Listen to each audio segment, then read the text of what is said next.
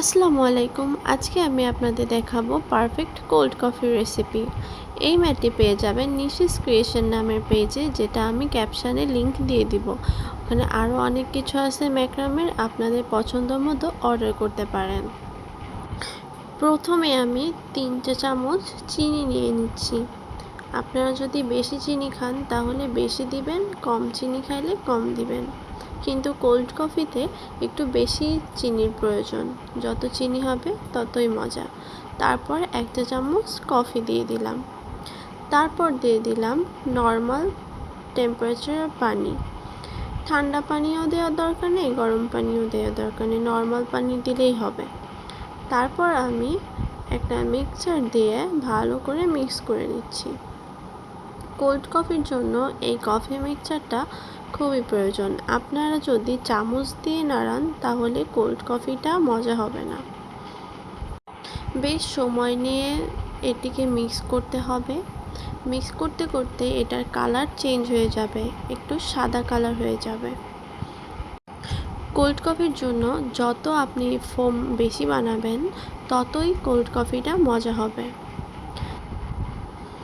এই যে দেখুন, অনেকটাই সাদা হয়ে এসেছে, এরকমই সাদা কালার হয়ে যাবে। অল্প কিছুক্ষণের ভিতরেই এরকম সাদা ফেনা হয়ে যাবে। তারপরে আপনার কফিটি রেডি। এরপর আমি দুধটা রেডি করব।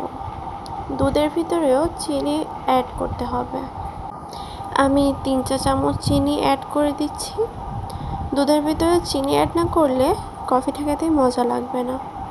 তারপরে আমি দুধটাকে ভালো করে মিক্স করে নিচ্ছি, যাতে চিনিটা ভালো করে গলে যায়।